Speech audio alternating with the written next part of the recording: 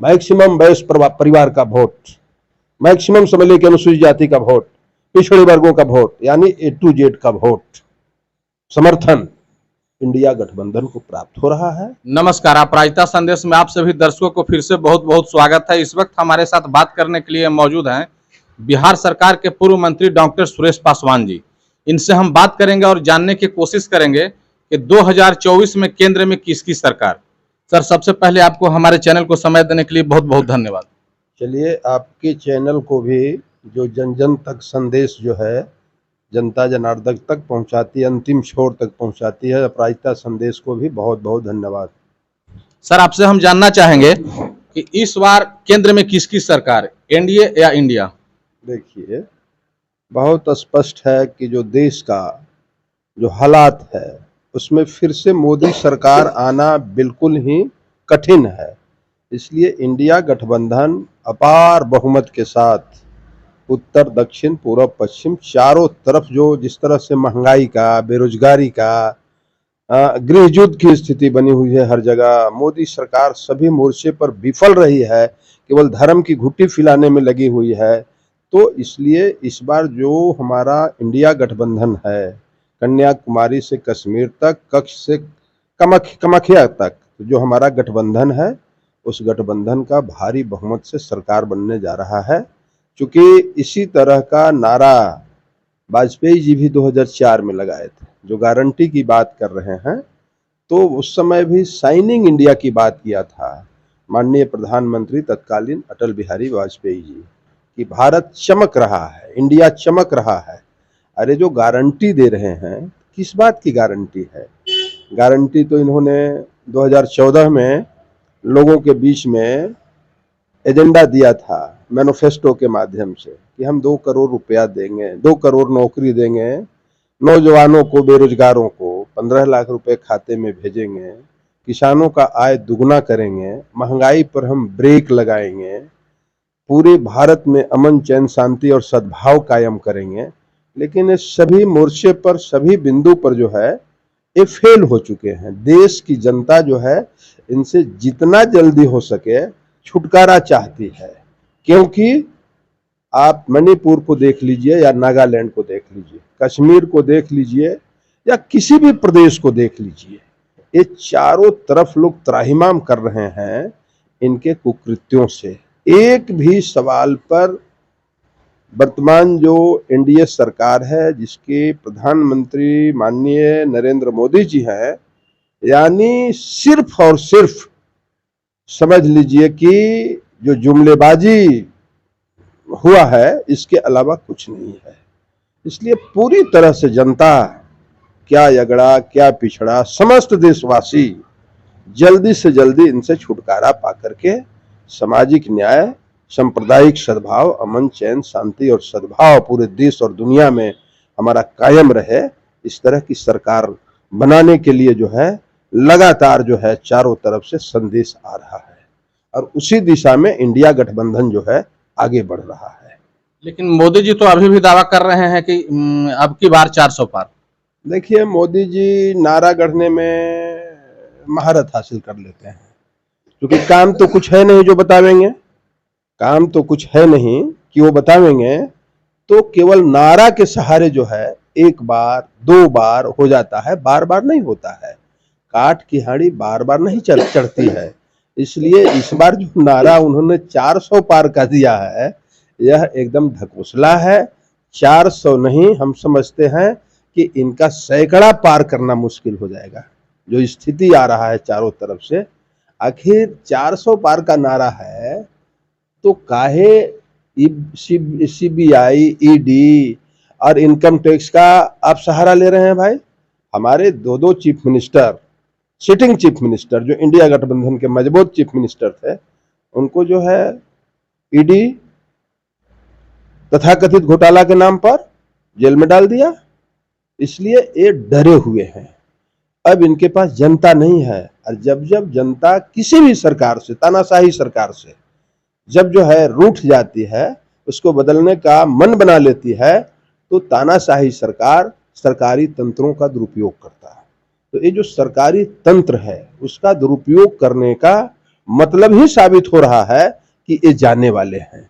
इसी जाते जाते जो कारनामे कर रहे हैं, इससे और इनका उल्टा पड़ रहा है, इनका जो है और उल्टा पड़ रहा है। और एक कहते थे कि हमारे राज्य में भ्रष्टाचार नहीं हुआ है, भ्रष्टाचार टॉलरेंस नहीं है, जीरो टॉलरेंस भ्रष्टाचार है। तो जो 22,000 करोड़ का जो इलेक्टोरल बॉन्ड और जिसमें 60% बीजेपी को किसने दिया, जिसके घर पे छापा मरवाए वही जो है जाकर के बीजेपी को चंदा दिया। यानी ये बुरी तरह से जो है घिर गए हैं चारों तरफ से। किसान आत्महत्या लगातार कर रहे हैं। कृषि कानून को कैसे वापस लेना पड़ा था, आज भी किसान आंदोलनरत है, लेकिन इनको सुनाई नहीं देता है।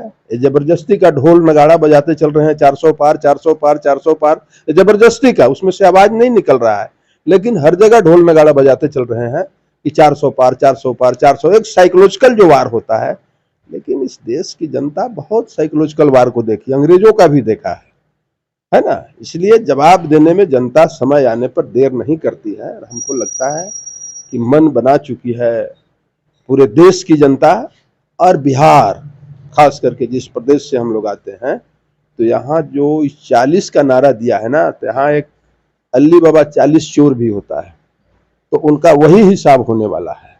इसलिए 40 का 40 सीट यहाँ जो है इंडिया गठबंधन, जिसका नेतृत्व बिहार में लालू प्रसाद जी, तेजस्वी जी कर रहे हैं, ड्राइविंग सीट पर हम बैठे हुए हैं, तो 40 का 40 सीट जो है ये बिहार में हमारा इंडिया गठबंधन का आने वाला है। और क्यों आने वाला है, यह भी सवाल है। सवाल है कि हम केवल गाल बजा के नहीं आने वाले, हम केवल जुमलाबाजी करके नहीं आने वाले, दिखा करके नहीं आने वाले हैं। हमने काम किया है और उस काम के आधार पर हम जनता के बीच में अपील उनसे कर रहे हैं कि भाई, एक तरफ केवल धर्म का घुट्टी, एक तरफ केवल जुमलेबाजी, एक तरफ केवल नारा गढ़ा जा रहा है, और दूसरी तरफ आप देख लीजिए हमारी सरकार बनी यहाँ 17 महीने की सरकार। एक एक आदमी के अंतरात्मा बोल रहा है कि इस सरकार को रहना चाहिए था, जिस तरह से काम हो रहा था। एक एक आदमी, पक्ष हो कि विपक्ष हो। 17 महीना बनाम 17 साल, हम सिर्फ कह रहे हैं कि बिहार के संदर्भ में 17 महीना बनाम 17 साल। हमने लाखों लोगों को, गांधी मैदान रैली के लिए जाना जाता था, लेकिन गांधी मैदान जो है नौकरी और नियुक्ति पत्र बांटने के लिए इतिहास बनाया है।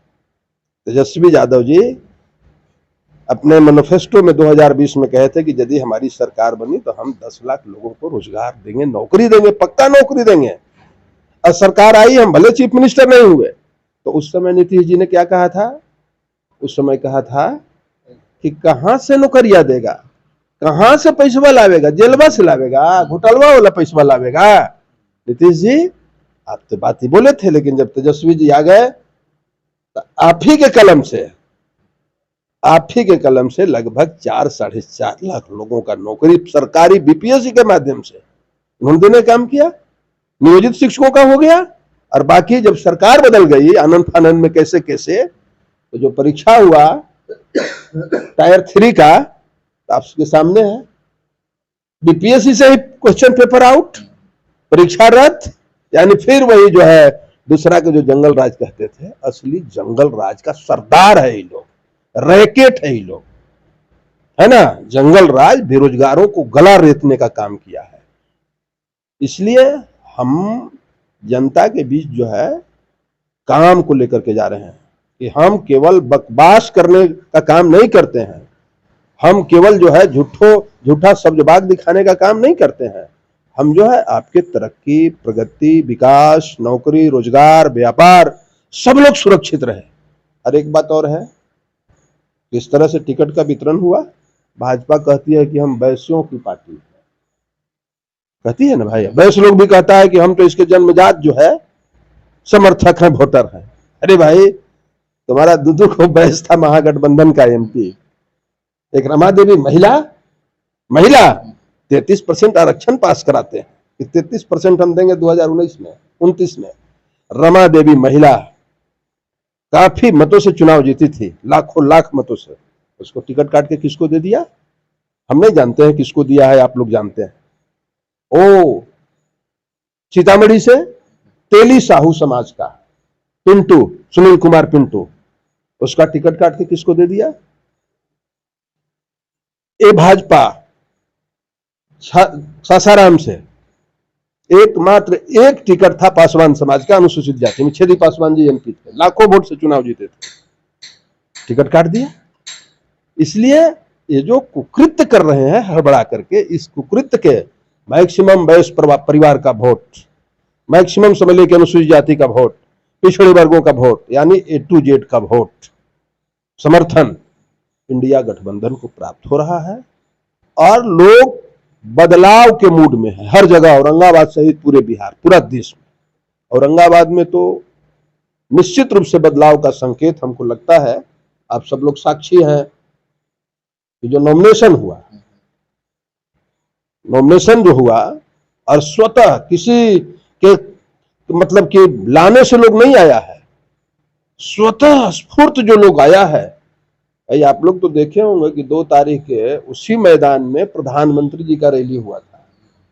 क्या मजमा होगा, क्या भीड़ होगा, क्या सरकारी अधिकारियों का जमावड़ा और पुलिस का जमावड़ा होगा, और कितना में जनता होगी। लेकिन इस बार तो कोई सरकारी जमावड़ा नहीं था, लेकिन हमको लगता है कि पूरा मैदान नॉमिनेशन में, तो हम समझते हैं कि यहाँ औरंगाबाद की जिले की जनता भी, मतदाता भी 6 विधानसभा के मजबूती से मन बना चुका है कि इस बार इंडिया गठबंधन के जो हमारे उम्मीदवार हैं, अभय कुशवाहा जी नौजवान हैं, ऊर्जावान हैं, कार्यकर्ता है, तो उस आदमी को जो लालटेन चुनाव चिन्ह देकर के लालू प्रसाद जी, तेजस्वी जी ने भेजा है, समझते हैं भारी बहुमत से जिताने का मन बना चुका है। आपसे मेरा जाते जाते आखिरी सवाल होगा, लालू परिवार पे वंशवाद और परिवारवाद के आरोप लगता है। देखिए, वंशवाद परिवारवाद का जो लोग आरोप लगाते हैं, वो भी जरा अपने गिरेबान में झांक करके देखें, वो भी अपने गिरेबान में झांक करके देखें। ये सीपी ठाकुर के बेटा यहाँ जो चुनाव लड़ रहे हैं नवादा से, वो कौन है? वंश के बाहर के हैं क्या? वो घोषणा करें कि हम उनके वंशज नहीं हैं। ये जो प्रदेश का अध्यक्ष बना हुआ है सम्राट चौधरी, वो किसके वंश का है? वो घोषणा करें कि हम शकुनी चौधरी के वंश के नहीं है, घोषणा करें। इसलिए ये जो आरोप लगाता है लोग, आरोप जो लगाता है, ये नहीं समझता है कि हम कहां से आए हैं। और एक बात और है, 17 टिकट में एक टिकट भी जिस वर्ग से सम्राट चौधरी आते हैं, जो प्रदेश अध्यक्ष बने हैं, ये तो सबसे फेलुअर प्रदेश अध्यक्ष हो गया कि एक भी कुशवाहा समाज को टिकट नहीं दिलवा पाया। उसको मुख्यमंत्री बनाने का ड्रीम दिखा रहा है लोग कि हम मुख्यमंत्री बना देंगे। एक भी कुशवाहा समाज को टिकट जो है भारतीय जनता पार्टी ने नहीं दिया, सम्राट नहीं दिलवा सका। वेरी फेल्यूर है उसका। साबित हो गया कि तुम्हारा कुछ नहीं है, केवल जी हुजूरी है, केवल पगड़ी जितना आप ऊंचा ऊंचा करके बांध लीजिए, गमछा लटका लीजिए, लेकिन निर्णय आपका जो है कहीं कोई सुनने और मानने वाला नहीं है। इसलिए ये सब वंशवादी परिवारवादी बात बेकबास है। और जिसका कोई वंशे नहीं है, परिवारे नहीं है, वो क्या करेगा भाई? कहां से लावेगा? तुमने खड़े नहीं किया।